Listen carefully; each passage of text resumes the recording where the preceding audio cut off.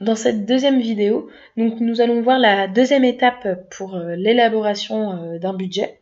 Donc cette étape consiste en la saisie du prix de cession des activités.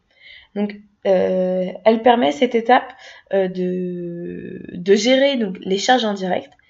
Ces charges indirectes ont déjà été donc enregistrées donc lors de l'allocation primaire sous la transaction KP06 que vous pourrez voir donc dans ma première vidéo. Ces charges ont été enregistrées sous des centres auxiliaires, donc dans un premier temps, et vont ensuite donc être affectées. Donc nous allons voir donc dans cette deuxième étape et dans la troisième étape à des centres de coûts principaux. Donc voilà, donc dans cette étape, nous allons donc préparer donc cette affectation en saisissant donc un prix de cession pour chaque activité et chaque centre auxiliaire.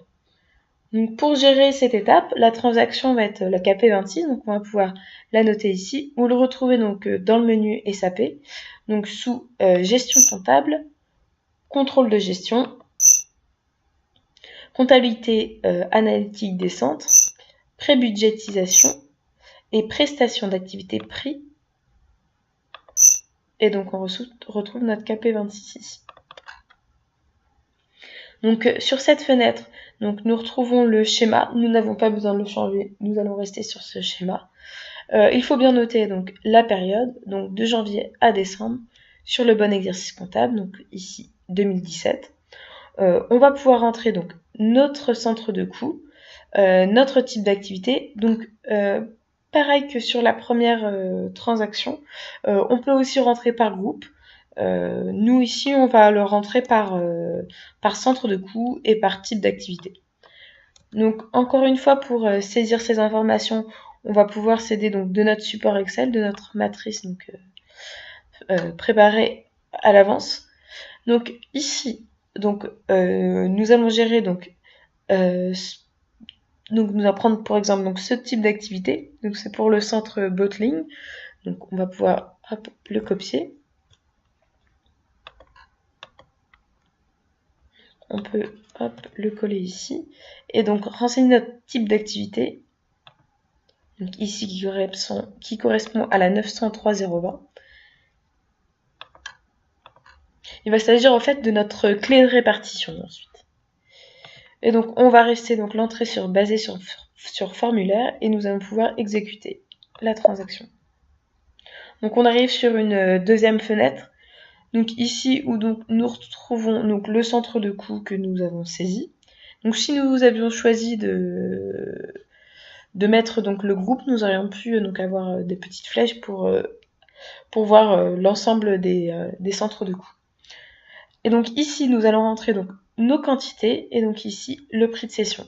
Donc encore une fois on peut s'aider donc de la matrice. Donc on retrouve les quantités ici et notre prix de cession ici.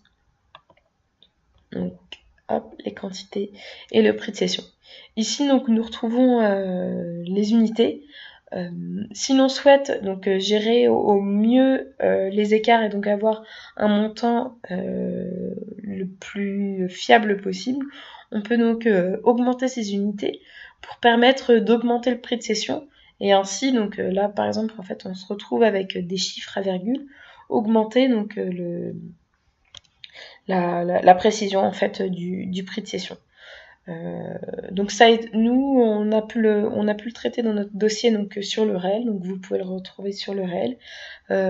Pour le budget, donc nous avons décidé de rester sur une unité et vous verrez donc dans la troisième étape comment nous expliquons ces écarts.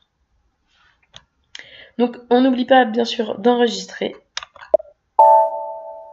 Et donc là, donc notre prix de cession donc a bien été affecté donc à notre type d'activité et à notre coût.